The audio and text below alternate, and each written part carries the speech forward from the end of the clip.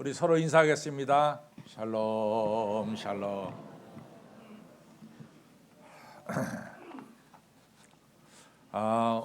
오늘 아침에 이제 나오면서 하늘을 보니까 하늘이 정말 높아졌어요. 그리고 선선한 이런 바람이 부는 것을 보면서 뭐 며칠 전에 제가 여러분들에게 이 더위 이겨냅시다 이렇게 얘기한 게 엊그제 같은데, 이같이 무더운 여름이 지나고 결실하는 가을이 됐습니다.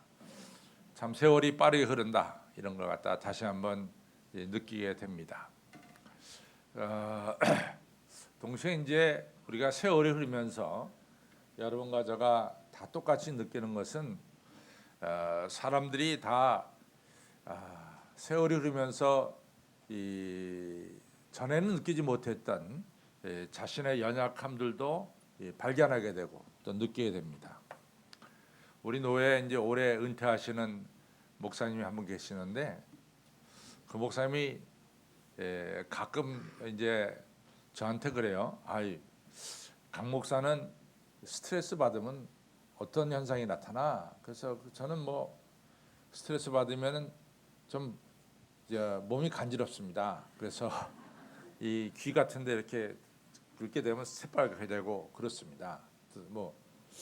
강 목사 나하고 똑같은 현상을 가졌네. 나도 스트레스 받으면 이렇게 막 몸이 간지러워져. 그래요. 그래서 강 목사는 주로 어디가 간지럽냐 그래요. 저는 이 귀 뒤라든가 이런데 이렇게 긁기 시작하거든요. 그럼 이제 누가 이제 저한테 그래요. 교인데 목사님 귀가 새빨갛습니다 그래. 그러면 제가 긁어서 그렇게 된 거예요. 근데 강 목사, 나는 얼굴이 이같이 간지럽기 시작한다는 거예요. 얼굴이.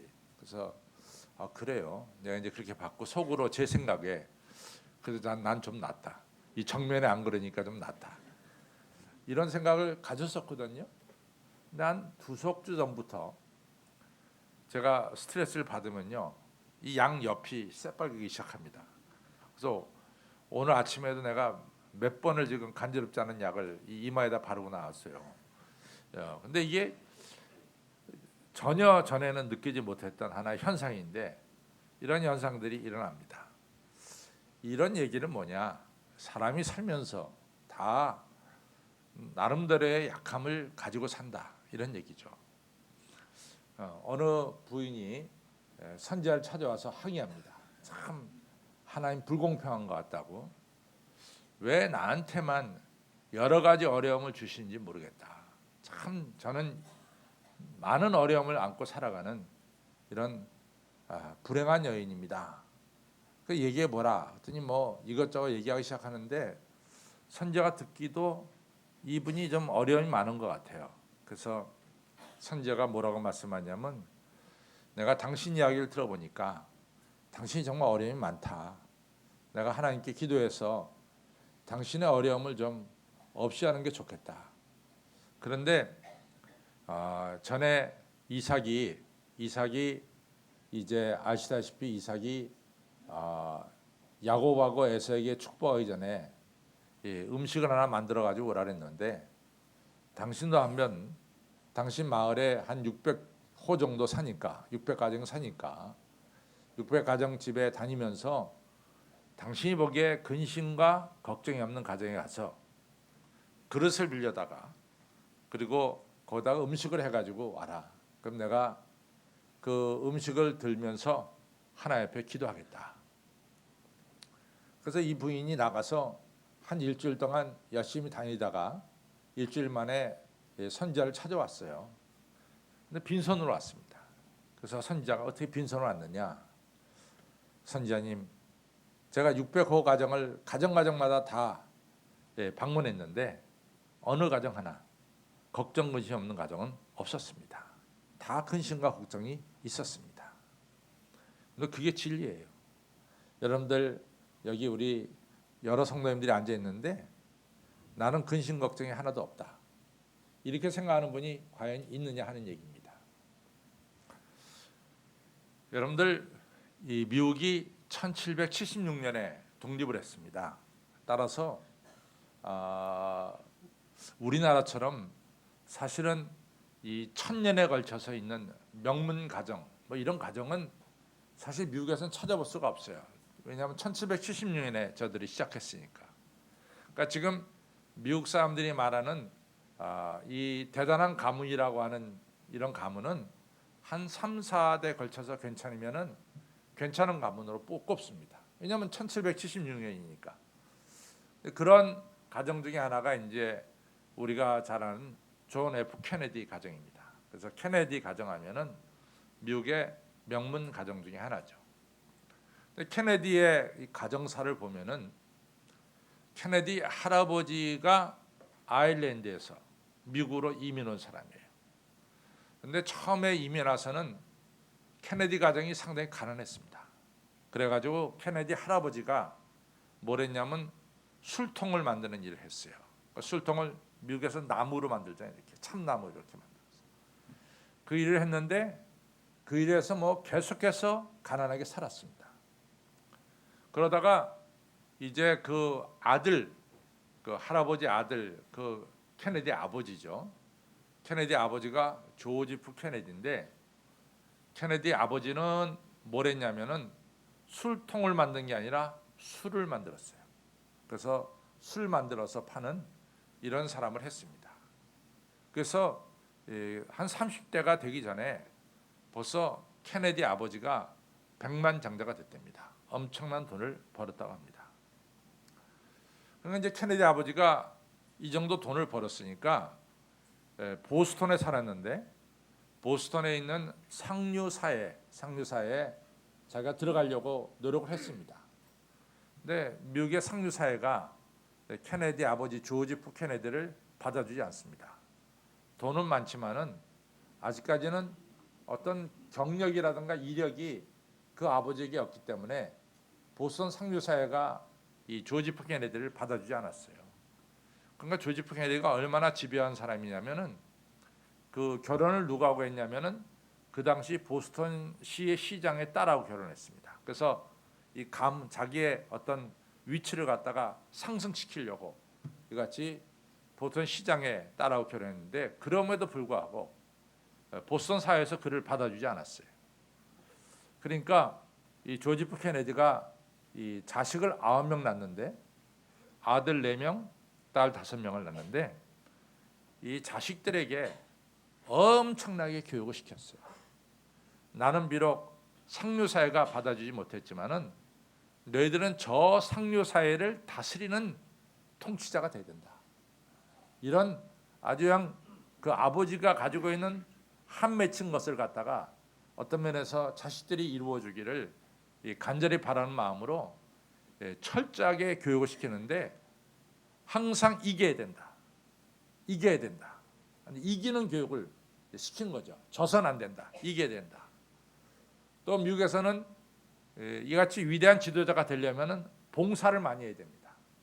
근데 봉사를 많이 시켰는데 그 봉사라고 하는 것은 정말 우러나오는 마음으로, 감사하는 마음으로 봉사해야 되는데 그건 하나도 없이 자기가 출세하기 위해서 봉사를 한 거예요. 그 경력을 쌓기 위해서.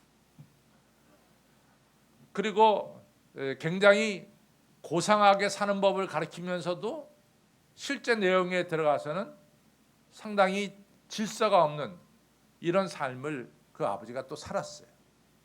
그것을 보여줬습니다.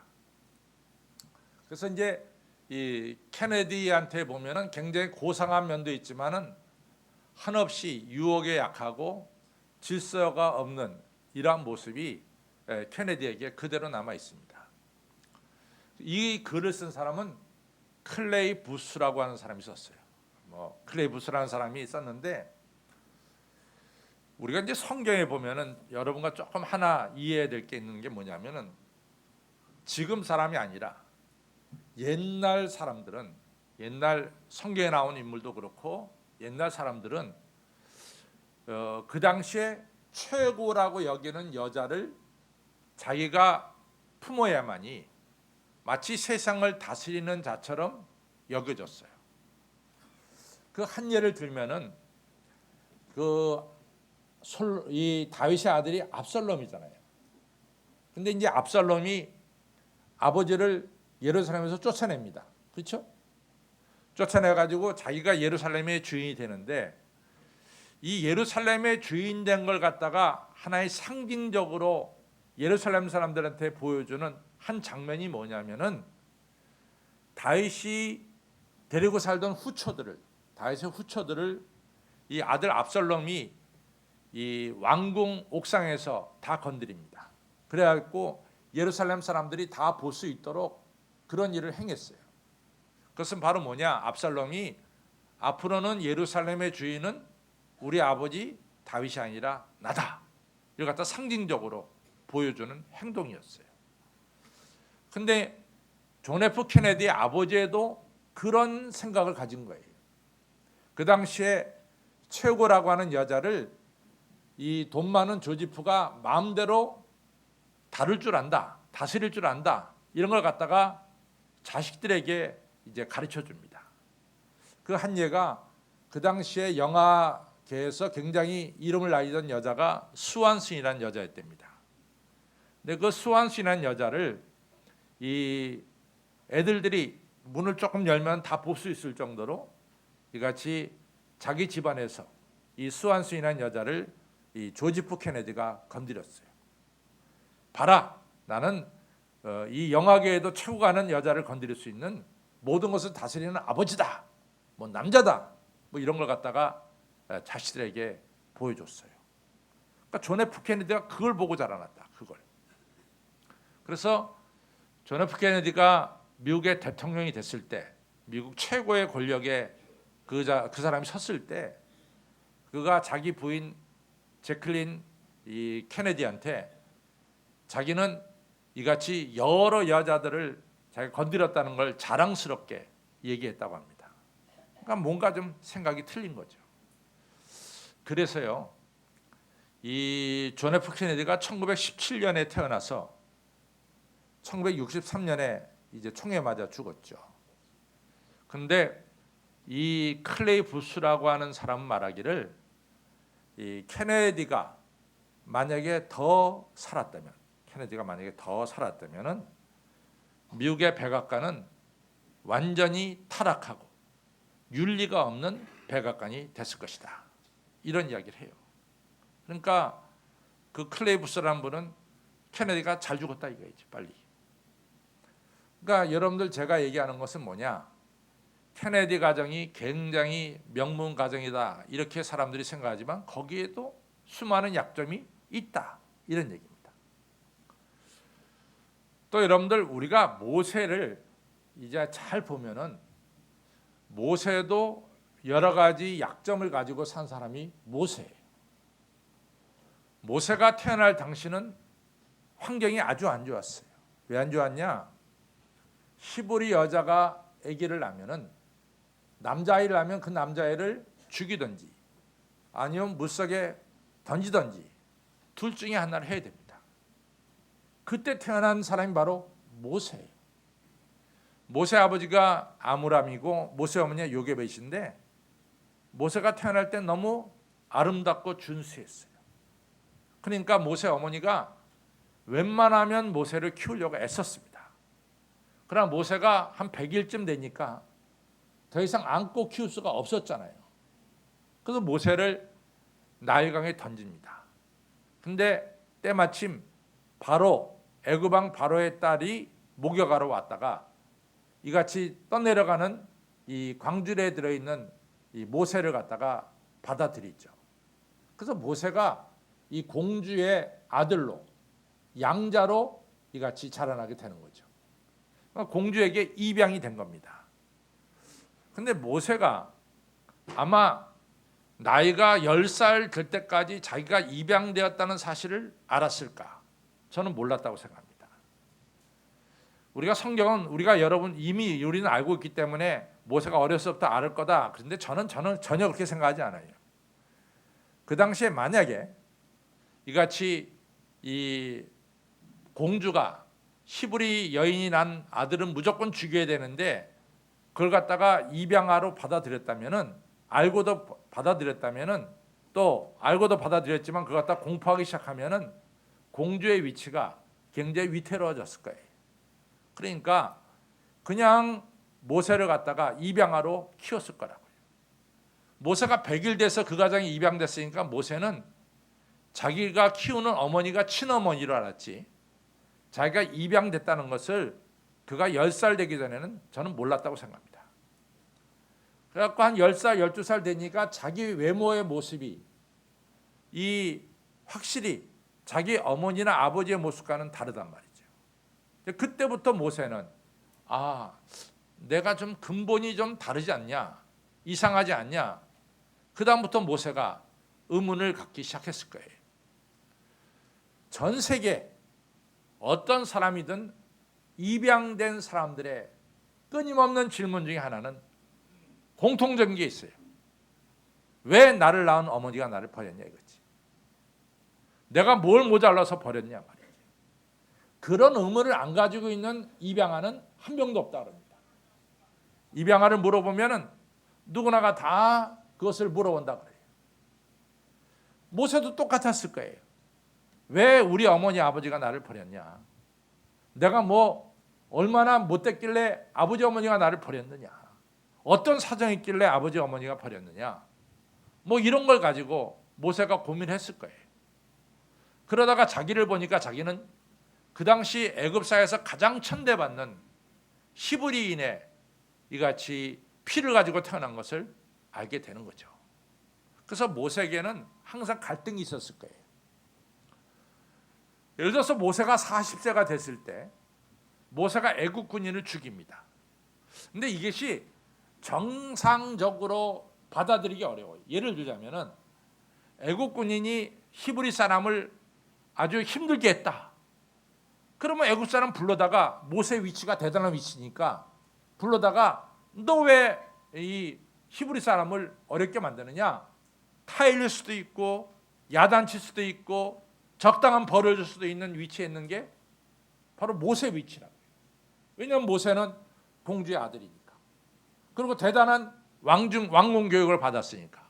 근데 모세가 죽여요, 그 애굽 군인을. 이 얘기는 모세 안에 뭉쳐있는 뭔가 있었다는 거예요. 모세가 가지고 있는 갈등이 대단했다는 거지. 그러니까 그냥 애굽 군인을 죽여버립니다. 그리고 나서 아시다시피 모세의 할아버지, 모세 어머니의 아버지가, 모세 할아버지가 모세에 대해서 저놈은 잘못된 놈을 키웠다, 이래가지고 모세 할아버지가 모세를 죽이려고 들죠. 그래서 모세는 미디안 광야 가서 40년을 지내게 됩니다. 구약 성경에서 대단한 인물 중에 하나인 모세도 이같이 나름대로의 약점과 문제점을 가지고 자라난 분이 모세라, 그 말입니다. 오늘 우리가 읽은 성경에 나오는 사도 바울도 마찬가지예요. 사도 바울이 찌르는 가시를 가지고 3번 기도했어요. 근데 이것이 그냥 우리는 단순하게 3번 기도했다 이렇게 봤지만은, 오직 그 찌르는 가시가 아프면은 사도 바울이 1번도 아니고 2번도 아니고 3번씩 기도했겠냐 그 말이에요. 사도 바울도 엄청난 찌르는 가시를 가지고 사는 사람이라 이거지. 약점을 가지고 사는 사람이라 이거지. 제가 오늘 말씀드리고 싶은 것은 미국에서 최고의 명문 가정이라고 일컫는 케네디 가정에도 약점이 있고, 구약 성경에 나오는 최고의 인물 중에 하나인 모세에게도 약점이 있고, 신약 성경의 절반이나 쓴 사도 바울에게도 찌르는 가시가 있다라고 말이에요. 그러니까 우리가 인생을 살다 보면은 다 이런저런 약점을 가지고 있다라고 하는 사실이에요. 오늘 여러분들 중에 목사님, 저는 절대로 안 그런데요, 나는 조금 더 문제가 없고 나는 내 자녀나 뭐 나 자신이나 전혀 문제가 없습니다, 그럴 사람 있어요? 그럴 사람 우리 가운데 있냐 말이지. 우리는 너나 나나 할 것 없이 다 약점을 가지고 있다라고 하는 사실이죠. 그런데 문제는 이같이 우리가 약한 면을 가지고 사는데 사도 바울이 강하게 살았거든요. 근데 우리가 어떻게 약한 면을 가지고 살면서 강하게 살 수 있느냐? 이것이 오늘 설교의 주제입니다. 첫째는 중요한 게 사도 바울은 자기의 약한 면을 그대로 하나님께 가져갔다는 거지. 자기의 약점을 감추지 않았어요. 하나님 앞에. 하나님, 나 정말 찌르는 가시 때문에 너무 고통스럽습니다. 나는 내 약점을 하나님 고쳐주시기를 바랍니다 하면서 자기 약점을 그대로 가져갔어요. 근데 정말 이것이 쉽냐? 쉽진 않아요. 마태복음 9장에 보면은 예수님께서 세리 마태를 부르시죠. 세리 사무실에서.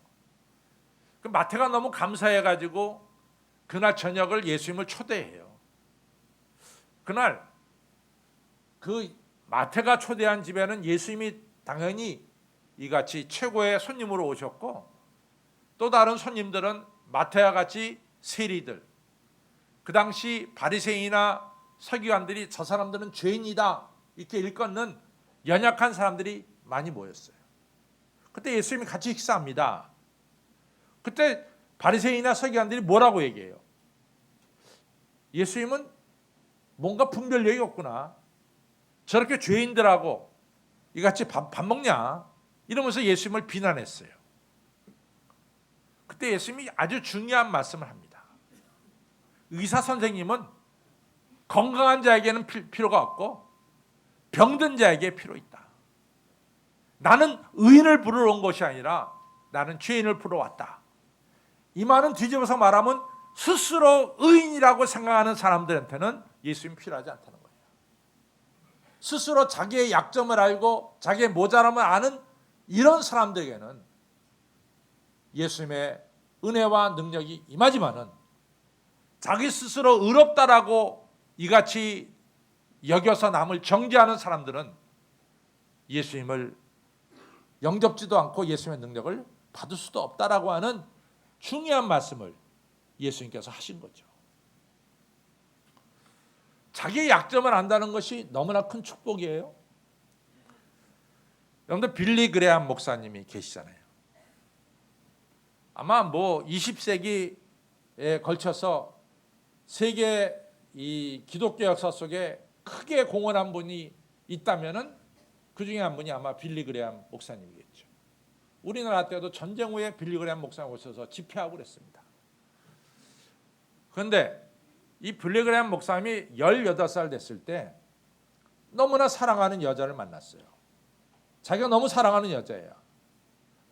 그 18살부터 아주 그 여자 이름이 에밀리인데 에밀리하고 아주 심각하게 연애를 했습니다. 그래서 19살 됐을 때 이 빌리 그레함이 에밀리한테 청혼을 해요. 결혼해달라. 그때 에밀리가 한 3개월 동안 고민합니다. 물론 에밀리도 빌리 그레함을 사랑하지만은 빌리 그레함과 과연 결혼할 건가 말 건가를 3개월을 고민했어요. 그러다가 에밀리가 빌리 그레함의 청혼을 받아들여서 결혼하기로 약속을 했습니다. 쉽게 말해 약혼을 한 거죠.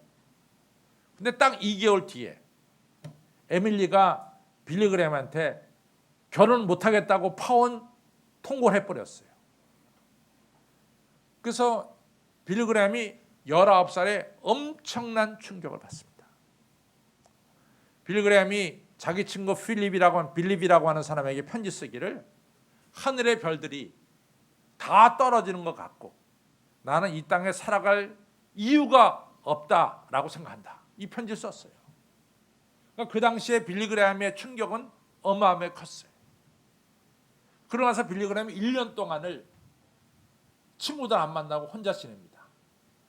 그러다가 1년 뒤에 빌리 그레함이 나타나기 시작했어요. 근데 1년 뒤에 빌리 그레함이 나타났을 때는 빌리 그레함은 엄청난 성숙한 사람이 됐습니다. 빌리 그레함은 뭐라고 했냐면 친구들한테 그러니까 에밀리가 빌리 그레함하고 결혼하지 않은 이유는 딱 하나예요. 빌리 그레함이 가난해서 결혼 안 했어요. 빌리 그레함 가정이 가난해서 결혼 안 했어요. 좀 뭔가 에밀리는 부잣집 청년하고 결혼하기를 원했어요. 근데 빌리 그레함 가정은 그렇게 부자가 아니었습니다. 가난해서 빌리 그레함하고 헤어진 거예요. 그것을 너무나 잘 아는 빌리 그레함은 1년 뒤에 나타나서 그럽니다. 에밀리는 돈 많은 가정에 시집 가는 게 더 낫다. 굉장히 성숙된 얘기를 해요. 만약에 이제 보통 사람들 같으면 그래 부잣집 청년하고 가봐라, 잘 사는지 봐라, 돈은 있다가도 없는 건데 뭐 이러면서 약간 비꼬는 듯이 얘기할 텐데, 비글렘은 그러지 않고 정말 에밀리는 돈 많은 가정에게 이같이 청년한테 시집 가는 게 좋겠다 이런 얘기를 했어요. 그러면서 빌리 그레함이 그 에밀리한테 같이 한번 차임을 당하면서 자기를 발견하기 시작했습니다. 자기의 약함을 발견하기 시작했어요. 그 다음부터 빌리 그레함이 바뀐 게 전도 집회할 때마다 자기 스태프들을 불러다 놓고 항상 같이 기도하는 것은 하나님, 이 자리까지 인도하신 것 감사합니다.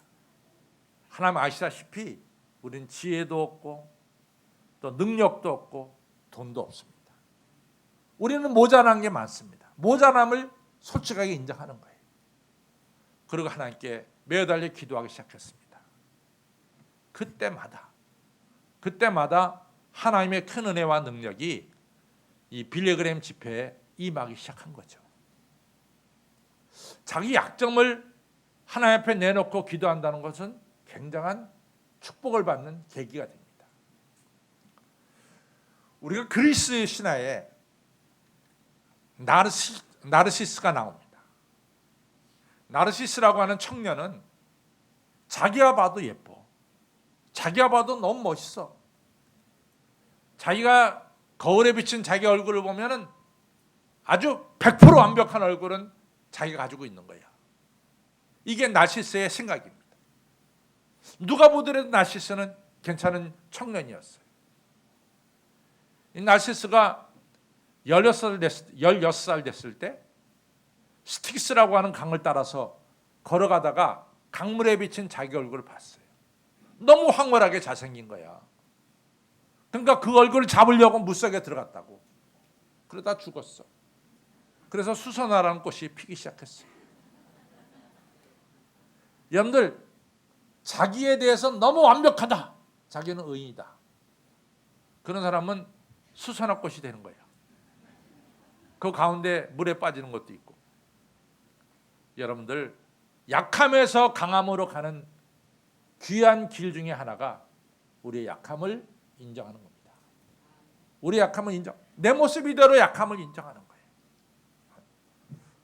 저도 뭐 웬만하면 내 머리에 이마에 이렇게 간지러운 거 뭐하라 여러분들에게 얘기하겠어요. 나 바람이 있다, 하나님 나 다시 좀 아프지 않게 좀 해주세요. 우리 약함이 있단 말이죠. 약함을 인정하는 게 중요합니다. 또 한 가지 중요한 게, 여러분과 저가 강해지는 중요한 비결 중에 하나는 뭐냐? 우리가 누구를 기쁘게 할 것인가? 사람을 기쁘게 할 것인가? 하나님을 기쁘게 할 것인가? 우리가 하나님의 뜻에 맞춰서 할 것인가? 사람의 비유에 맞춰서 할 것인가? 너무 중요한 거예요. 누구에 맞춰서 하느냐 말이에요. 여러분들, 우리가 클린턴 대통령을 알잖아요. 클린턴 대통령의 본래 이름은 빌리 클린턴입니다.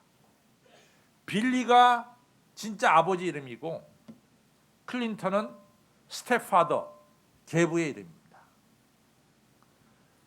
이 빌리 클린턴이 낳기 3개월 전에, 태어나기 3개월 전에 자기 아버지 빌리가 자동차를 몰고 가다가 차 사고로 죽어요.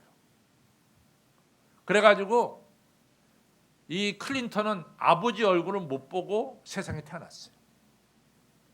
클린턴의 엄마가 아버지도 없지, 남편도 없지, 아기는 있지. 그러니까 살아야 되니까 그 클린턴을 자기 친정 엄마한테 맡기고 클린턴 어머니는 간호학을 공부하기 시작합니다. 간호원이 되려고.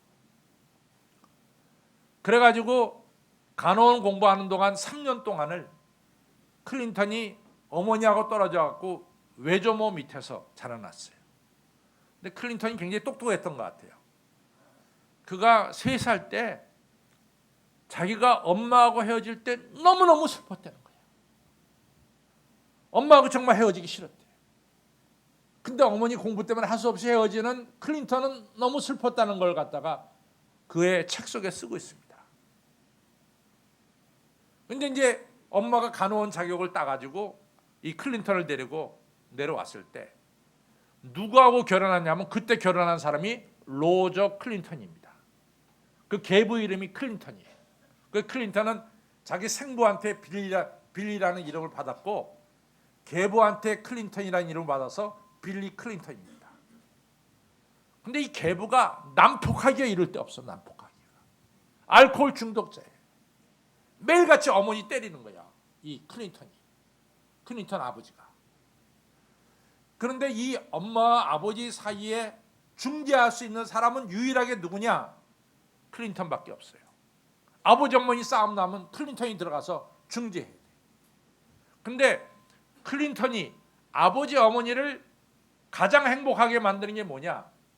클린턴이 학교에서 성적을 좋게 받아오면 아버지도 기뻐하고 엄마도 기뻐하는 거예요. 그때가 부부가 함께 기뻐하는 그 시간. 그러니까 클린턴은 죽으라고 공부했대요, 자기는. 왜냐하면 성적을 잘 받아야지 아버지가 좋아하니까, 엄마가 좋아하니까 자기는 정말 열심히 공부했대요. 그 클린턴의 공부 성적이 굉장히 뛰어납니다. 그래서 양쪽 엄마 아버지를 기쁘게 하니까. 그리고 아주 자주 그냥 아버지가 엄마를 때려주니까, 그러니까 그냥 이 사이를 갖다가 클린턴이 중재하다 보니까 클린턴은 아버지한테 가서는 아버지 기분 좋은 얘기 해주고, 엄마한테 가서는 엄마 기분 좋은 얘기 해주고, 그러니까 이 아버지 기분 맞춰주고 엄마 기분 맞춰다 주다 보니까 클린턴에게 자연스럽게 거짓말하는 버릇이 생겼어요.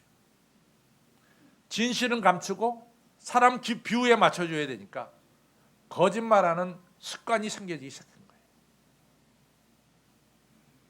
사람 비유 맞추다 보니까 거짓말하는 것이 자연스럽게 배워지게 된 거죠. 댄 퀘일이 클린턴 때 부통령입니다. 그 사람이 쓴 글에 뭐라고 썼느냐? 클린턴에게는 진실이 없다. 진실이 없다는 거예요. 그게 습관화돼 가지고 진실을 자꾸만 가리는 이런 것이 클린턴에게 생겼다는 거죠. 여러분, 사람의 비유 맞추면 거짓말쟁이가 됩니다. 하나님의 뜻에 맞추면은 하나님이 가장 싫어하는 게 거짓말이니까 거짓말할 수가 없죠. 하나님은 진실한 자를 축복해 주세요. 하나님은 거짓말하는 자를 축복하지 않습니다. 그런데 분명히 하나님의 뜻에 맞춰 살면은 우리는 내 모습 이대로 정직하게 하나님께 나갈 수 있어요. 사람의 비유에 맞추면은 우리는 진실되지 못하고 사람이 될 수도 있다 그 말이에요. 삼손이 실패한 것은, 삼손이 엄청난 능력을 받았는데도 그건 자기 기분에 따라 살았어요. 자기 욕심에 따라 살았어요. 그러니까 삼손은 실패했어요.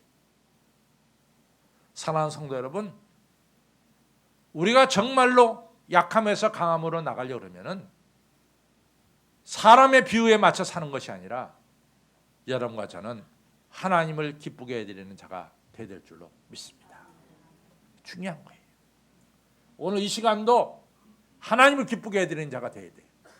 나는요, 예배 시간에 핸드폰 안 가져와. 왜냐? 여러분들 핸드폰 막 오면은 내가 이 시간 안 받으면 저 사람이 화낼 것 같지? 그러니까 사람 기쁘게 하는 거야. 와도 안 받는 거야. 내가 하나님 앞에 예배드리는데 왜 핸드폰 받아? 그건 하나님을 기쁘게 해야 되는 거예요. 여러분, 우리의 일상생활 속에 여러 가지가 있어요. 여러분과 저는 하나님을 기쁘게 해드릴 때 하나님으로부터 은혜와 능력을 받게 될 줄로 믿습니다. 하나님을 기쁘게 해드린 자가 되어야 된다. 그리고 중요한 것은 이 사도 바울은 자기의 약한 그대로를 하나님께 맡겼어. 하나님이 나를 다스려 주십시오. 나를 통제하는 사람은 하나님밖에 없습니다.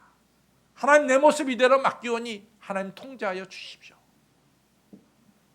모세가 된 것은 모세에게 분명한 게 있었어요. 하나님, 저는 입양아로 자라났습니다. 하나님, 저는 아시다시피 제가 40에 사람을 죽였습니다.